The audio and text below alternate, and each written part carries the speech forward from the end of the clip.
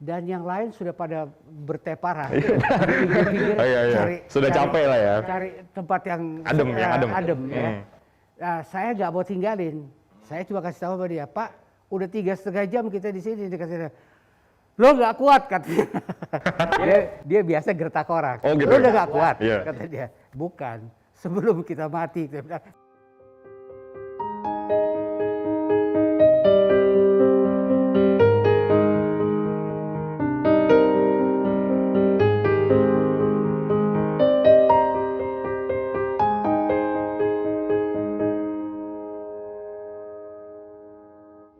Assalamualaikum warahmatullahi wabarakatuh. Senang sekali pemirsa Gatra Bicara. Saya Feby Andrian kembali menemani Anda dalam podcast spesial Gatra dan masih dalam rangka bulan Bob Hasan.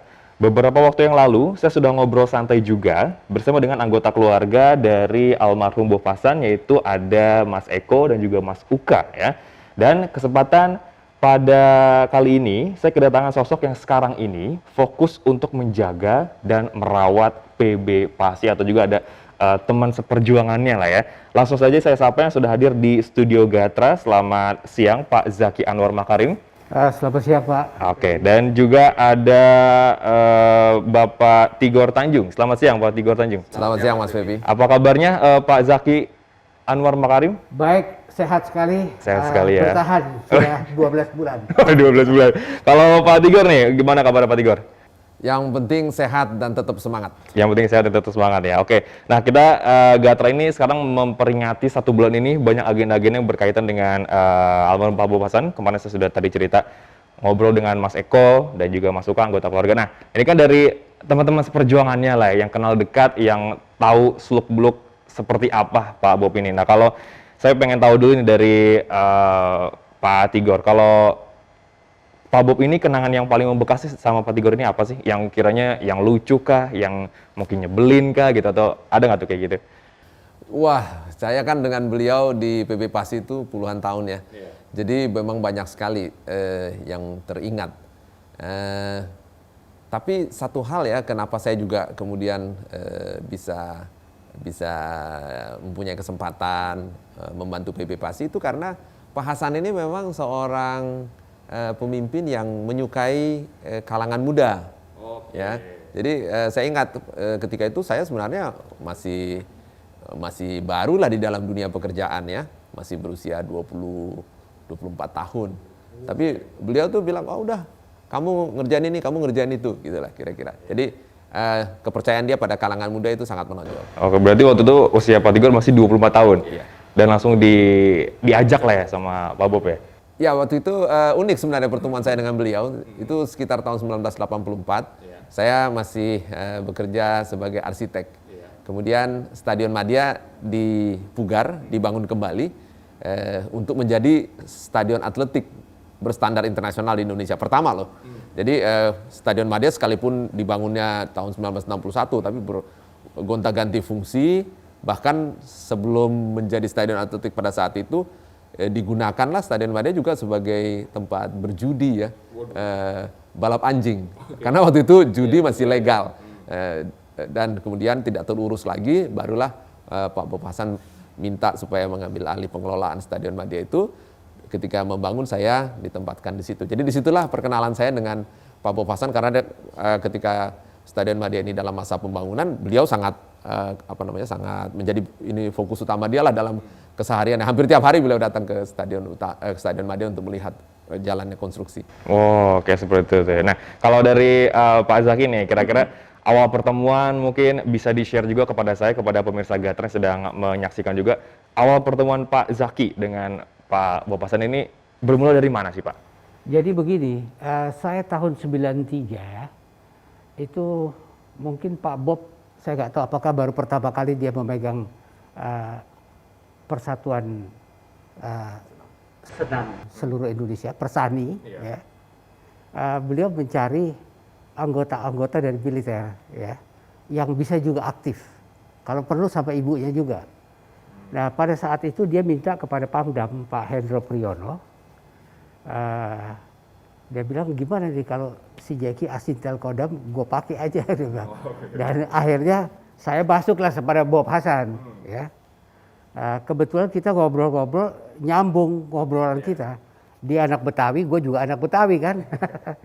Jadi saya masuk di Persani sebagai salah satu pengurus sampai kira-kira 1 periode ya. Sampai 1 atau 2 periode, lupa saya ya. Kemudian bersambung lagi, saya diminta oleh Pak Bob Hasan untuk memperkuat PASI. Ya. Dia bilang, Jack, ini perintahnya Pak Harto nih, dia bilang. Ini perintahnya Pak Harto. Gue disuruh pegang atletik sama orang buta. 2 aja. Jadi lo harus bantu gue, kata dia. Nah, disitulah akhirnya saya ikut bergabung. Dan dia sebagaimana biasa selalu easy going. Dalam arti kata dia bilang, lo gak usah ngantor.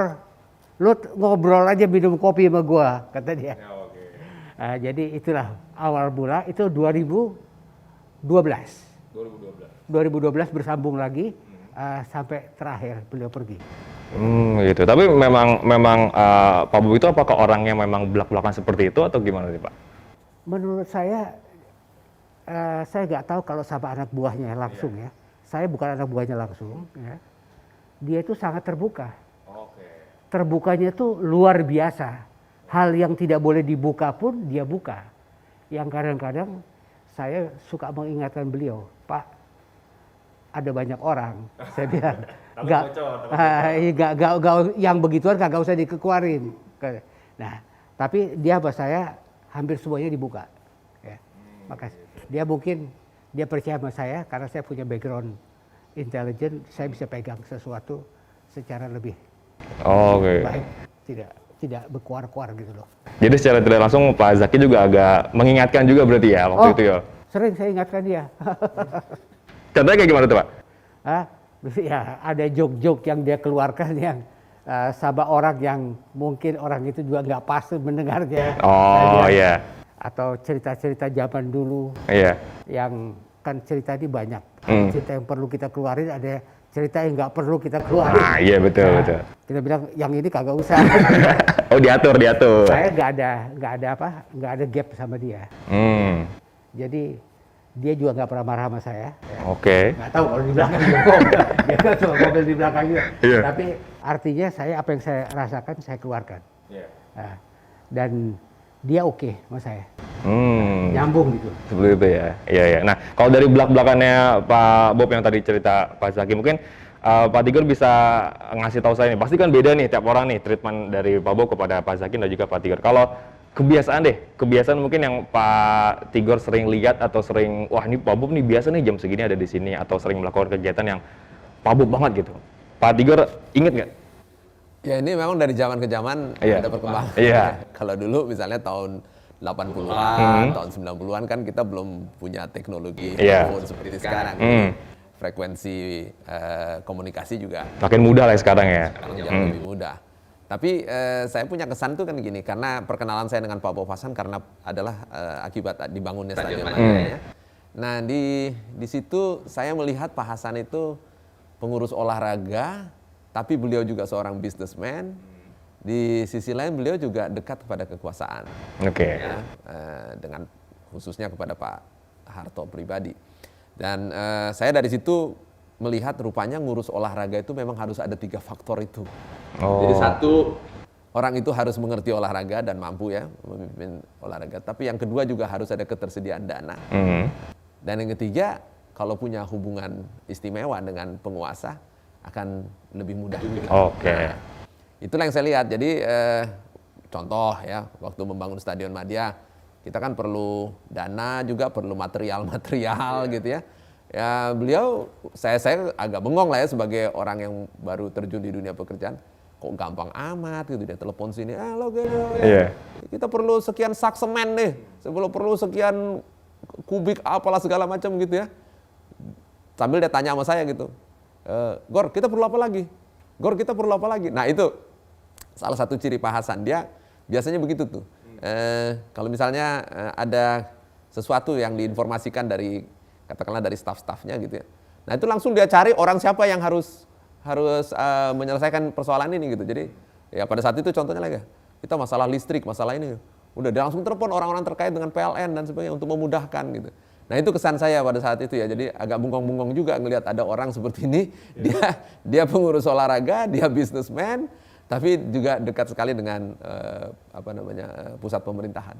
Oh, seperti itu ya. Tadi kan Pak Tigor sempat bilang juga ke saya nih pemirsa nih, bahwa Pak Tigor ini background-nya bukan dari atletik gitu kan, dari arsitek gitu kan. Nah, kenapa bisa masuk ke ranah atletik ini? Apakah memang, wah ini Pak Hasan yang minta nih, kayak gitu? Atau ajakannya gimana tuh pertama kali itu? Saya tuh suka banget olahraga dari muda lah, dari kecil ya. Apa juga saya mainin lah, mau sepak bola, mau bola basket, bola voli, tenis, badminton, semua. Jadi pada dasarnya saya suka banget atletik. Saya suka banget olahraga. Tapi bukan atletik favorit. Oke, waktu itu ya. Favorit kita pasti sepak bola. Iya. Nah, cuman karena saya demen sama semua olahraga secara umum, atletik ini selalu saya baca artikel-artikel di media. Maka disitulah saya lihat ada orang yang namanya Bob Hasan. Bob Hasan pemimpin PASI gitu ya. Nah ketika saya bertemu langsung, oh ini nih orang yang dulu saya baca-baca di koran, di majalah gitu ya. Nah setelah saya menyelesaikan Stadion Madia sebagai arsitek, sebagai project manager waktu itu, maka ujungnya adalah kita menjadi penyelenggara kejuaraan Asia, kejuaraan atletik Asia. Itu luar biasa loh, itu event yang besar banget. 45 negara datang ke Indonesia dengan seluruh atletnya ya. Sukses kejuaraan itu. Saya ingat waktu itu masih Pak Harto yang meresmikan pembukaannya dan penutupannya oleh Wakil Presiden Pak Umar Wirahadikusuma. Nah, setelah itu ya udah saya pikir kan ya saya ini kan insinyur, saya mau jadi arsitek mau apa gitu. Sampai satu saat Pak Hasan telepon saya. Gor, kamu bantuin PASI aja ya. Saya pikir, bantuin di mana nih? Lu kan insinyur, lu urus-urusin itu tuh sarana kita lah, apa tuh stadion-stadion kita ini sampai perlengkapan. Ya saya hayu aja gitu ya. Ya ayolah Pak gitu. Nah, itulah mungkin itu kalau nggak salah sih tahun 1986. Ya, 86. Saya bergabung, diajak Pak Hasan untuk bergabung, kemudian berkembang lah gitu ya. Beberapa tahun kemudian saya diminta beliau menjadi bendahara. Nah, jabatannya katakanlah lebih tinggi lagi gitu ya. Terus menjelang akhir tahun 90-an itu Pak Hasan minta saya menjadi wakil sekretaris umum, wakil sekjen. Oke, naik lah ya. Merangkap juga bendahara. Oh, merangkap juga. Masih merangkap waktu itu. Nah, saya jadi makin ngelihat organisasi itu semakin dari atas lah ya. Oh ini apa sih di sini, ada di sini, ada di situ gitu ya. Sampai akhirnya tahun 1999, ketika itu sesudah kongres ya, Pak Bob Hasan terpilih kembali menjadi ketua umum PB PASI dan beliau minta saya langsung, sekarang kamu deh yang jadi sekjen, jadi sekretaris umum. Ya saya sempat menyampaikan beberapa hal, apakah ini nanti nggak mengganggu gitu. Tapi bilang enggak udah loh. Udah jadi saya menjadi sekretaris umum di PB PASI itu sejak 1999. Oke. Sampai sekarang. Iya, jadi udah bangkotan. Udah senior banget lah intinya ya. Oke. Berarti memang seperti ini ya, seperti orang Betawi pada umumnya adalah jadi tukang insinyur dulu ya, Bang tadi. Iya. Kan? Cuman gini, Mas Wibi. Iya. Saya juga ini kan pekerjaan volunteer, ya. Kita kan bukan cari makan di sini ya. Tapi karena Pak Hasan itu adalah seorang pemimpin yang menurut saya ideal, orang-orang seperti saya menjadi betah bekerja. Bahkan kita berkembang. Akhirnya saya sih nikmatin banget ya pekerjaan di PASI itu. Saya punya banyak teman, mulai dari kalangan pengurus masih berantai-rantai lagi jadi kenal yang lain, atlet, anak-anak muda kita kenal, bahkan secara internasional. Nanti saya bisa ceritain juga gimana sih Pak Hasan kiprahnya di organisasi internasional. Tapi yang saya mau katakan, ya tanpa karakter pemimpin seperti Pak Bob Hasan di PB PASI, mungkin saya juga nggak betah gitu loh. Tapi beliau tak ngerti atletik A sampai Z, ya beliau ngerti politik olahraga, terus jadi kalau ngobrol sama saya kalau udah soal olahraga secara umum maupun apalagi atletik ya udah pasti klop. Udah itu ya. Oke. Nah, kalau dari Pak Zaki sendiri nih, kira-kira momen yang sekiranya masih Pak Zaki ingat bersama dengan Pak Bob, mungkin yang ada nongkrong berdua lah atau hangout berdua, itu ada nggak tuh momen-momen yang Pak Zaki ingat sampai sekarang? Jadi begini, saya mengagumi Bob Hasan. Ya, saya suka diajak dia ke Jawa Tengah berkali-kali, berapa kali lah ya, 10 kali apa 13 kali lupa saya. Kadang-kadang kita berdua, ya. Tetapi pada saat kita berada di lapangan, misalnya saya di Surabaya, saya meninjau pertandingan kejuaraan nasional atletik di sana atau kejuaraan daerah, itu saya terkesan sama Bob Hasan. Dia pada saat itu usianya kira-kira 88 ya, sudah sangat-sangat senior. Ya, dia bisa bertahan di lapangan di panas matahari, ya, di Surabaya lagi ya, ya, 3,5 jam saya hitung itu. Dan yang lain sudah pada berteparan, cari, sudah capek lah ya, cari tempat yang adem, ya. Nah, saya nggak mau tinggalin, saya cuma kasih tahu sama dia, Pak, udah 3,5 jam kita di sini, dikasih. Lo nggak kuat katanya. dia biasa gertak orang. Oh, gitu. Lo udah nggak kuat, Yeah. kata dia. Bukan, sebelum kita mati kita minggir dulu. Jadi kita bercanda begitu. Tetapi dalam 3,5 jam itu betul-betul efektif. Dia melakukan suatu pengawasan, melakukan suatu koreksi teknis, ya. Kemudian dia ceritakan perbandingan kepada pelatih, dia kumpulkan perbandingan dengan atlet, dengan pelatih-pelatih di luar negeri bagaimana. Jadi secara teknik dia menguasai, secara taktis dia juga menguasai, strateginya juga dia dapatkan gitu loh. Hasil komparatif dengan negara-negara lain. Oke. Jadi aku mengagumi dia kok sangat detail ya orang ini. Mungkin awalnya dia itu berasal dari bawah sekali kan. Ya. Jadi dari pemain lapangan bertahap sampai dia berada pada puncak Ketua umum kebijakan nasional. Saya kagumi itu dia. Kemudian kalau ditanya lagi, dia itu sangat tertarik dengan masalah kesehatan. Oke. Ya, kesehatan dalam konteks atlet ya. Iya. Karena itu saya lihat temennya dokter tuh banyak banget. Ya, dokter dari berbagai bidang tuh temennya banyak banget. Ya, dokter-dokter mungkin dokter-dokter kepresidenan zaman dulu, karena dia dekat dengan Pak Harto. Jadi dia tahu bergenerasi-generasi dokter kepresidenan. Dan minatnya kepada masalah medis, memperbaiki tubuh, menyelesaikan persoalan atlet di lapangan luar biasa. Bahkan saya mungkin agak berlebihan saya cerita.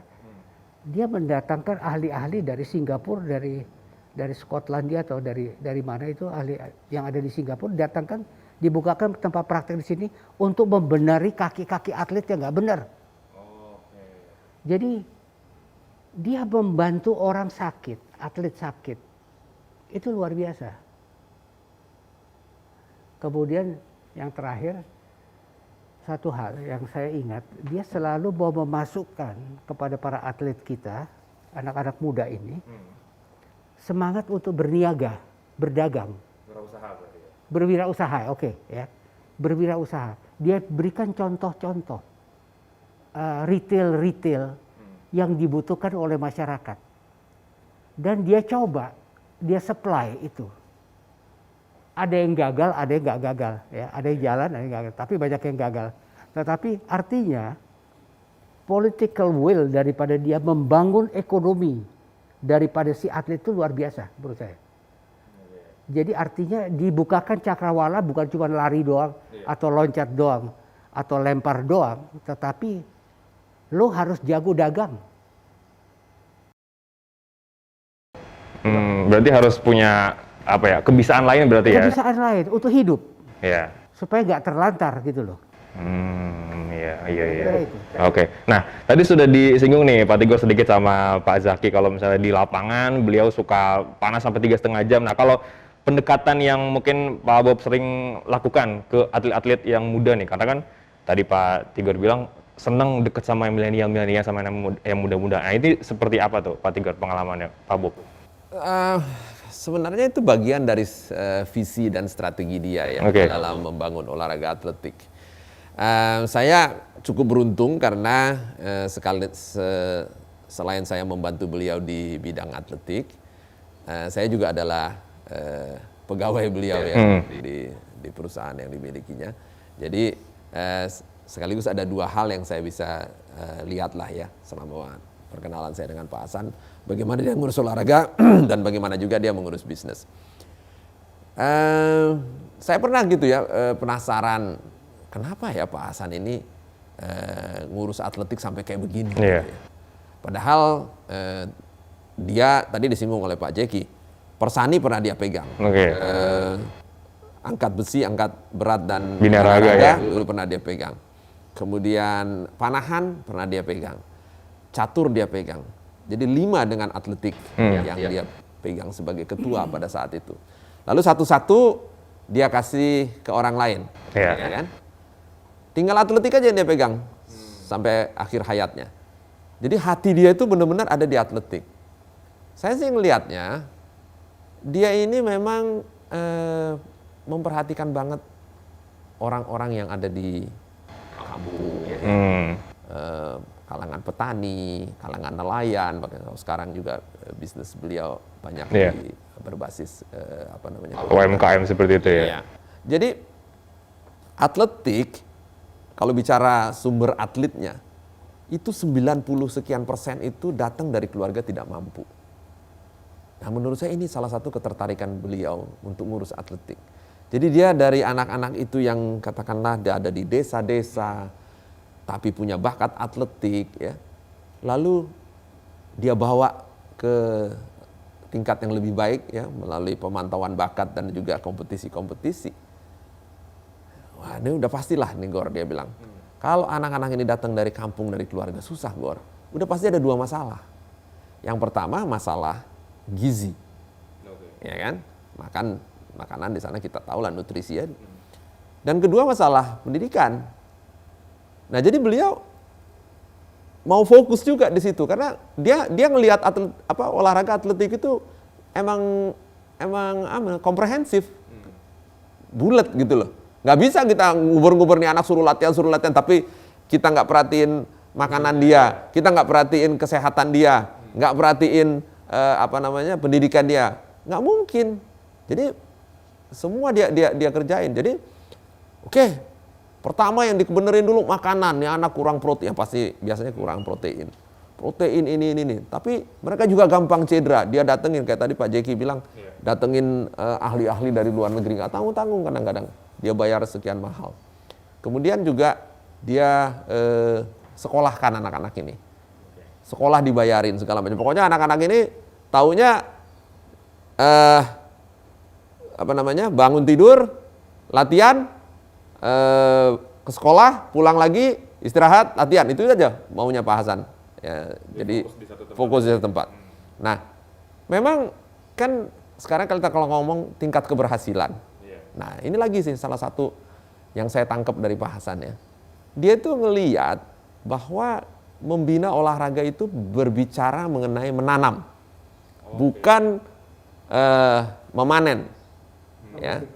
Ya, maaf aja ya, kita ini sekarang, bukan sekarang lah, dari dulu juga. Misalnya kalau udah di level pemerintah atau level ini, itu biasanya ngelihatnya kalau sudah di atlet elit, di tingkat atlet elit. Nah, apa nih? Berapa medali emas di SEA Games? Berapa medali emas di Asian Games? Ini atlet kan datang dari grassroots-nya kayak apa gitu loh. Nah, jadi Pak Hasan tuh tahu banget ngebina olahraga itu, apalagi di Indonesia kan belum ada sistem yang benar-benar terpadu kan.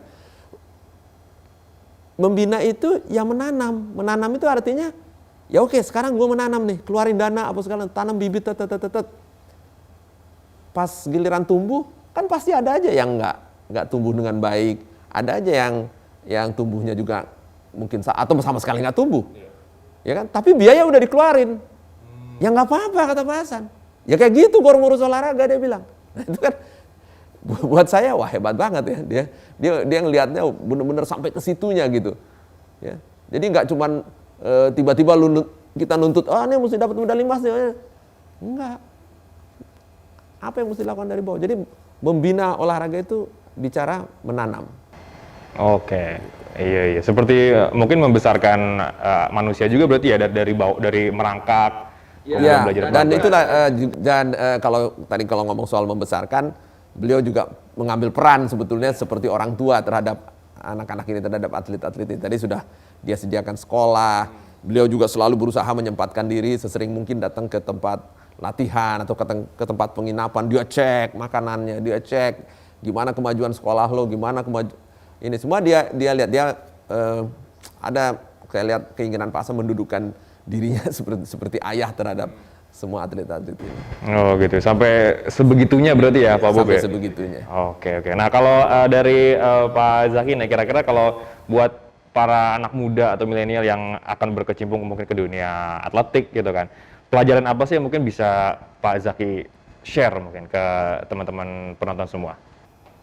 Jadi begini ya, saya memang baru 8 tahun Iya. ya di atletik. 8 tahun itu waktu pendek, memang kelihatannya panjang, tetapi sorry diganggu. Tetapi menurut pendapat saya, setelah saya mendalami bahwa atletik ini memang betul-betul, ya kita tahu ya, kata-kata jargonnya adalah the first Olympic sport. Iya. Kemudian kita makin dalami lagi, ternyata dia punya nomor cabang yang paling banyak di antara semua cabang olahraga. Ada 48 perempuan dan laki-laki, ya, perempuan dan laki-laki sama jumlahnya. Kemudian atletik ini dengan bisa kita tampil sangat keren gitu loh, ya.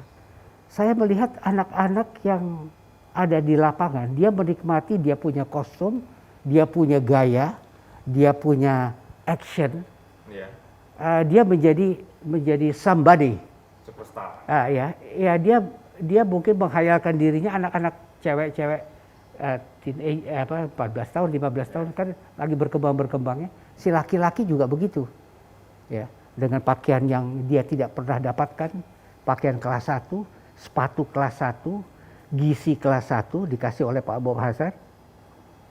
Dia menjadi somebody, ya, dari nobody, dari orang kampung, ya, dari pesantren sana kita bawa ke sini. Dari gunung sana, ya, ini kita punya dari Sumatera Utara, betul-betul dari gunung kita bawa, ya. Si Zohri juga gitu, sama, ya, bukan di gunung dia di dataran. Tapi mau masuk ke rumahnya aja susah kita, jalannya harus begini, ya.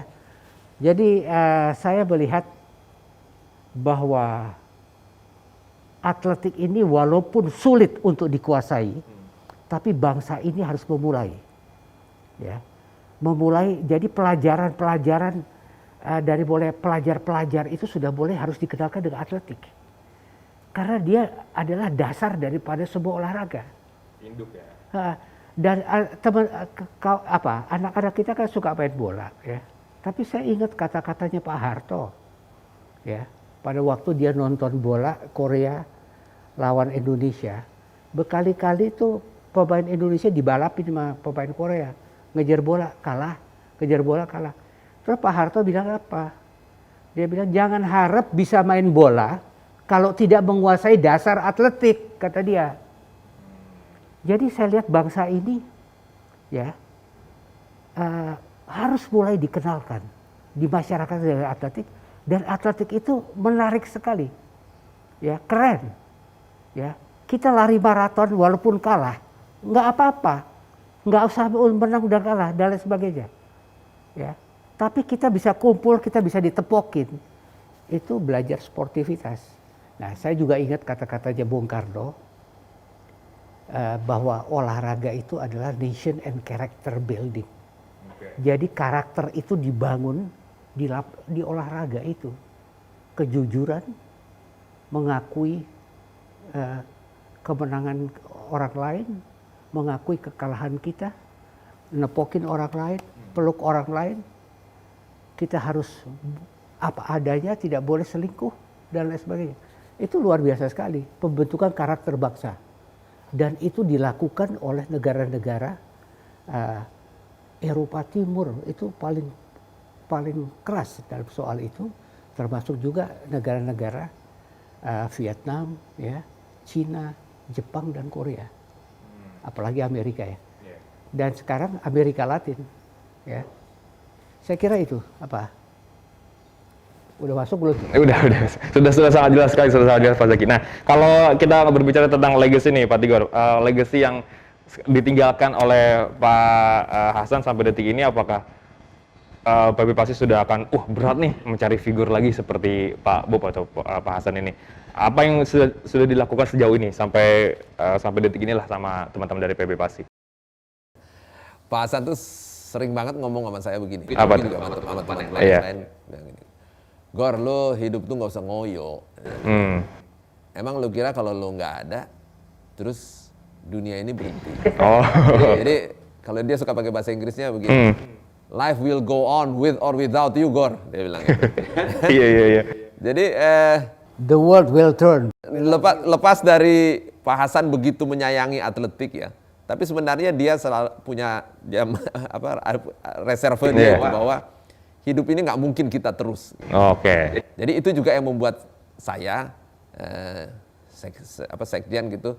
Ya kalau pada saatnya harus berganti karena kita nggak tahu keinginan Tuhan, ya kita percaya bahwa pasti atletik ini akan jalan terus gitu ya. Dan kita percaya yang di atas akan menempatkan nanti ada orang-orang yang cocok lagi buat Pasi. Tapi bicara soal legacy ya, sebenarnya yang ditinggalkan Pak Hasan itu ya kegilaan. Kegilaan. Dalam tanda kutip berarti. Ya, karena gini ya, atletik ini bukan olahraga yang populer. Ya. Duit juga kagak ada. Bukan kayak cabang olahraga sepak bola, bulu tangkis yang lebih gampang gitu ya, mendatangkan uang. Kita bikin pertandingan aja di stadion sepak bola dari karcis saja udah jadi duit ya kan. Atletik ini susah. Nyebutnya masih karcis lagi. Karcis tiket apa. Kita tuh kalau mau datengin penonton dulu ya, kadang-kadang kita harus gerakan dari sekolah-sekolah. Bisa minta tolong kepada kepala dinas pendidikan atau kita sendiri nih inisiatif perusahaan-perusahaan Pak Hasan. Ada mungkin berapa 10-20 perusahaan.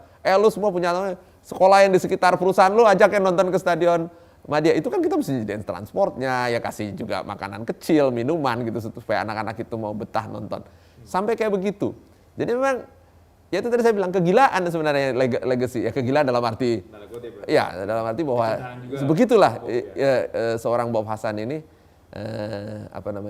memimpin atletik ini. Dan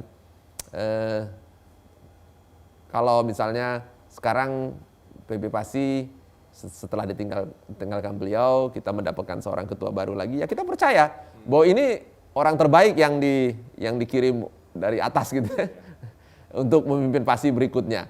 Nah, tugas kita memang, apalagi saya dan Pak Jeki, orang-orang yang sudah duluan ada di PB Pasi, adalah menjaga gimana yang sudah dibangun oleh Pak Hasan ini jangan ambruk atau jangan terbengkalai, ya jangan jadi besi tua gitu. Nah ini yang kita akan kerjakan, dan saya percaya Pak Hasan kalau bisa ngelihat dari sana gitu ya, dia bilang, wah ya udahlah Gor, lu terusin deh dengan ketua baru ini dah, gitu ya. Pokoknya atletik kita harus maju terus. Kira-kira gitu sih, Mas Ferdi. Oh iya. Berarti intinya yang tadi saya garis bawahi adalah jangan ngoyo ya Pak Tigor ya. Ya dan itu juga ya saya jadi teringat ya beberapa saat-saat terakhir, saya ada komunikasi dengan beliau ketika beliau sudah dirawat ya di Thailand.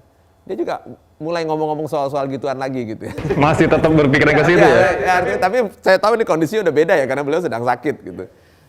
Ya Pak, saya bilang oke gitu. Tapi saya kan nggak tahu apa yang akan terjadi, sampai akhirnya kita terkejut sih kita ketika Tuhan memanggil dia pada saat itu tanggal 31 Maret, dan kita sempat juga ada kelimpungannya nih di kepengurusan Pasi ini, mau digimanain nih, mau segera cari ketua baru lewat kongres luar biasa atau mau ngangkat dari antara teman-teman kita atau gimana-gimana. Itu cepat ini, tapi ya kita bersyukur semuanya bisa berjalan dengan baik sampai saat ini. Oke, nah saya pengen tanya nih, mungkin hal apa yang belum kesampaian mungkin dari Pak Zaki dan juga Pak Tigor yang belum sempat dilakukan sama Pak Hasan? Mungkin dari Pak Zaki dulu deh.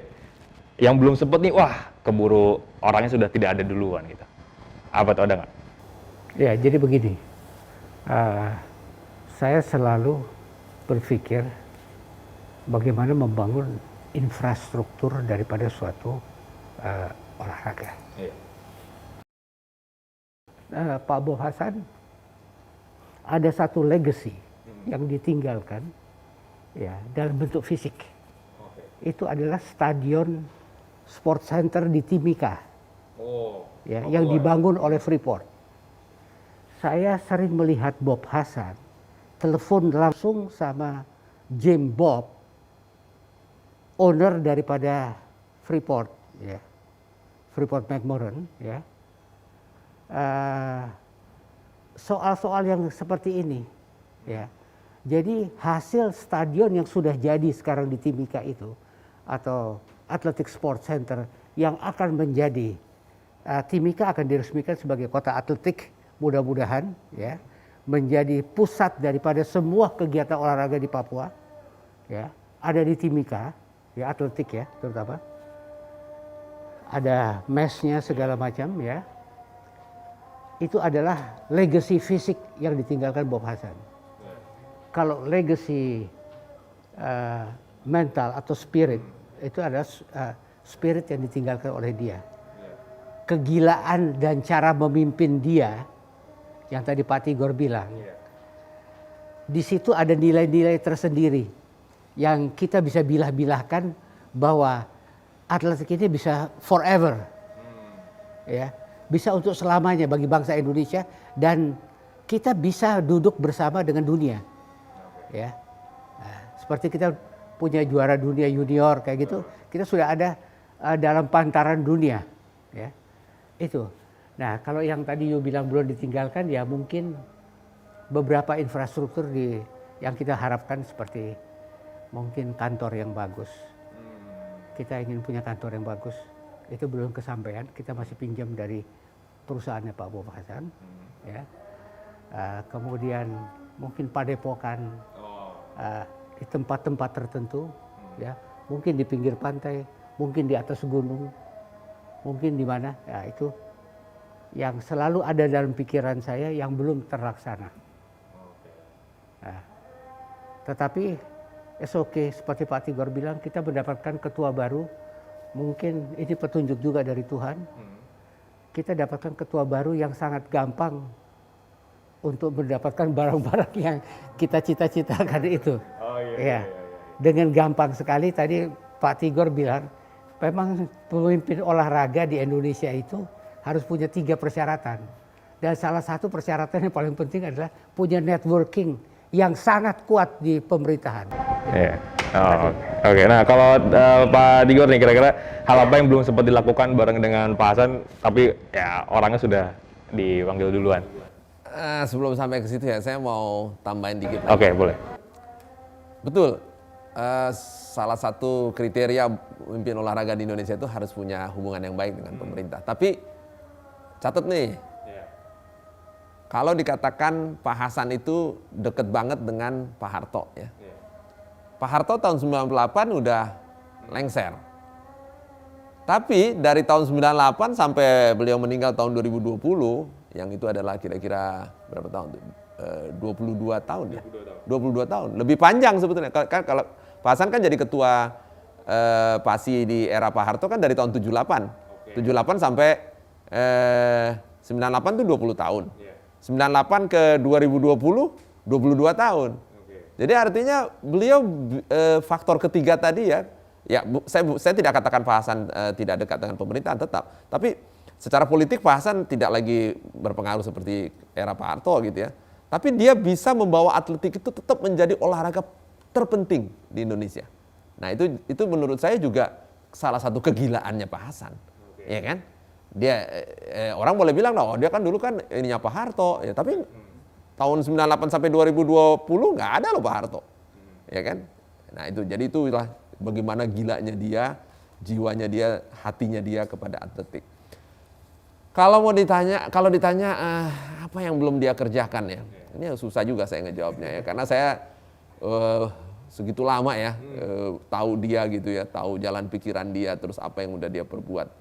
Kalau ada pertanyaan, fondasi kan udah dibangun oleh Pak Hasan, kayaknya nggak juga ya, Pak Hasan bukan cuma ngebangun fondasi, bahkan udah bangunannya, ya kan? Ya. Tinggal barangkali yang kita ini harus bisa yaitu merawat, terus kayak ya pastilah kan ada yang rusak-rusak, itu harus kita perbaiki lagi gitu ya. Tapi sebenarnya sebagai satu bangunan sih udah ada. Nah, zaman kan berubah nih, ya kan? Kalau dulu zamannya Pak Hasan, ya udah nih begini duit dari dia dan sebagainya. Nah, itu mungkin harus berubah. Nah, Pak Hasan dulu tidak terlalu ngajak kita bawa atletik ini jadi industri, jadi bisnis gitu loh. Beliau kurang ininya. Pokoknya udahlah, Gor, lu nggak usah takut ya begini nanti gitu ya. Kalau perlu biaya. Tapi saya pikir sekarang zaman harus berubah juga. Jadi apa yang sudah dibuat oleh Pak Bob Hasan, di mana dia menjadi seorang ayah di atletik itu kita anggap satu bagian dari sejarah lah ya. Jadi oke, sekarang ini kita mau bikin atletik itu bisa jadi industri, mudah-mudahan bisa ya. Tapi artinya kita harus berpikir keras ke situ. Terus kalau ya saya malah bilang kita nih pengurus yang belum kita lakukan untuk beliau. Itu.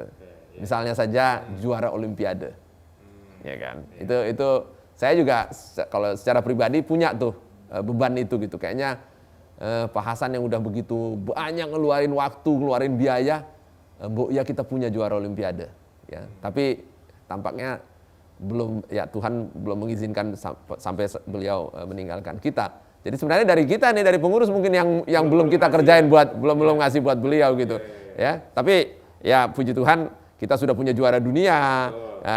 Nanti juga kita sudah punya hak mengirim atlet ke Olimpiade karena sudah lolos. Ya ini mudah-mudahan terus bergulir dan impian-impian beliau yang sekarang ini Pak Hasan tuh orangnya gengsian. Saya tahu banget. Jadi kadang-kadang dia bilang gini, kan orang pasti nanya nih, mau SEA Games nih, berapa medali emas dari atletik itu? Lu bilang berapa, Gor? Dia bilang, ya saya bilang aja Pak, 5 apa 6. Ya udah bagus, lu bilang segitu aja udah. Yang ini, ntar kalau kita gagal kan kita dikeroyokin wartawan. Nah gitu. Jadi dia ada tuh rasa kayak gitu ya. Nah giliran kita udah berhasil aja, dia Pak Hasan tuh tetap aja gayanya masih gitu. Saya inget nih ada cerita. Waktu lalu Muhammad Zohri jadi juara dunia di Finlandia ya, kejuaraan U20. Itu pagi-pagi itu, karena ketika berlangsungnya final di sana tuh di Finlandia itu di Indonesia itu masih kira-kira jam 1 pagi deh kalau nggak salah gitu. Cuman kita masih melek-melek karena waktu itu ada kejuaraan dunia sepak bola, jadi sambil nonton TV. Nah saya dapat kabar dari pelatih di sana, Pak Zohri juara dunia Pak gitu. Pas paginya, jadi keesokan ya nggak keesokan, berapa jam kemudian paginya itu saya harus ketemu Pak Bob Hasan, menjemput beliau karena kita dipanggil rapat oleh Menteri Ibu Puan Maharani waktu itu menjadi Menteri Koordinator. Bukan, Menteri Koordinator dia. Menko Kesra istilahnya waktu ya, yang membawahi olahraga karena itu tuh menjelang Asian Games. Jadi kami dipanggil, pengurus-pengurus cabur dipanggil ke kantor beliau untuk rapat. Jadi saya pagi itu jemput Pak Hasan untuk berangkat ke kantor Ibu Puan. Saya ingat benar adegannya tuh. Saya di lantai bawah nungguin Pak Hasan, terus beliau dari atas waktu turun tangga udah manggil, Gor, mana lo? Gitu ya. Ya Pak, saya di sini Pak gitu. Terus dia turun kan, yang ada di kepala saya kan Zohri juara dunia dong gitu kan. Terus kabar baik lah ya. Kabar baik kan. Terus dia kan udah denger juga gitu. Terus dia langsung si Zohri menang, Gor. Iya Pak. Ya Pak Hasan gitu kayaknya tuh. Enggak langsung wah yes kita menjuara. Enggak gitu dia enggak mengekspresikannya langsung seperti itu. Zohri menang, Gor. Iya Pak. Saya juga jadi gengsi-gengsian jawab dia gitu kan. Terus dia bilang, berapa waktunya? 10,18 kan gitu. Jadi saya 10,18 Pak. Terus tahu nggak Pak Hasan bilang apa? Sambil nyari-nyari sepatu. Gua kira udah di bawah 10 katanya. Itu udah menang kan pasti kan? Udah juara dunia. Terus akhirnya saya deketin aja Pak salam dulu dong Pak, kita udah punya juara dunia. Baru dia salam tangan saya. Ya, kayak gitu ya Pak Hasan itu. Tapi saya tahu dalam dirinya tuh dia kepingin banget atlet kita jadi juara dunia, jadi juara Olimpiade. Iya. Tapi ya tidak beruntung juga ya, karena kan Olimpiade Tokyo kan diundur nih tahun ini gitu kan. Masih ada persiapan lah ya. Mudah-mudahan. Oke, terakhir nih, mungkin ada pesan deh buat para atlet dan juga atletik Indonesia atau dunia olahraga di Indonesia dan potensinya di masa mendatang, mungkin dari Pak Tigor dulu, silakan. Pertama pesan saya kepada pemerintah. Jelas ini, kayaknya ini curhat nih kayaknya. Curhat ya. Kita udah puluhan tahun nih ngurus olahraga ya. Soal dana. Ya. Sampai sekarang dana yang dialokasikan dari APBN untuk olahraga itu kan 0,03 apa 0,06% dari seluruh APBN. Ya. Kecil banget itu Mas Feby. Ya. Jadi kita ini kadang-kadang ya berganti menteri olahraga, berganti menteri apa gitu. Kadang-kadang datang dengan pemikiran-pemikiran baru. Oh kita mesti begini kan, kita mesti ini supaya prestasi meningkat. Tapi selama dana itu nggak dibesarkan, kita akan muter-muter di sini-sini aja kalau menurut saya. Nah kita beruntung dulu punya orang seperti Pak Bob Hasan. Karena kegilaan dia tuh dia mau ngeluarin duit segitu gede gitu. Tapi kalau enggak, kan susah. Jadi itu pesan saya kepada pemerintah. Kemudian juga tadi saya singgung sistem terpadu di Indonesia ini harus dibuat. Atletik harus, dia kan the mother of all sport, harus ada di semua sekolah. Mau nanti dia jadi pemain sepak bola, mau nanti dia menjadi pemain bola basket, atletiknya dibenerin dulu lah. Ada basicnya lah. Ada basicnya gitu ya. Nah terus, oke sekarang kepada atlet atau pelaku olahraga. Atau ingin berkecimpung di dunia atletik lah ya. Yang berkecimpung di atletik ya siap-siap aja. kita udah gila duluan. Ya, kalian-kalian yang baru masuk jadi pengurus. Jangan kaget gitu kan. Sekarang jangan kaget, kita nanti akan gila sama-sama. Itu aja sih pesan saya. Oke, kalau Pak Zaki nih kira-kira pesan untuk mungkin para atlet, atletik atau juga dunia olahraga Indonesia, silakan. Jadi begini, tadi semuanya sudah disampaikan oleh Pak Tigor ya. Jadi kita ini banyak menemukan orang di lapangan, anak-anak muda ya atau junior atau remaja ya. Tetapi ini anak yang berbakat ini hilang di tengah jalan. Ya mungkin karena sekolah ya, ibunya tidak mau melepaskan dia ya. Kemudian ada yang mau kuliah nanti. Padahal dia umur 18-19 lagi jago-jagonya. Jadi duit yang udah kita keluarkan, pembinaan yang sudah kita tumpahkan itu habis, hilang karena dia kuliah. Udah itu dia belajar terus lah ya. Dia jadi dokter, dia jadi insinyur, dia ada yang keluar negeri, bagi anak-anak yang kaya. Nah, tetapi kalau pemerintah, saya appeal kepada pemerintah. Pemerintah sudah jauh lebih bagus daripada zaman dulu ya. Sudah banyak sekarang atlet-atlet yang berprestasi diterima menjadi pegawai. Militer juga begitu, ya.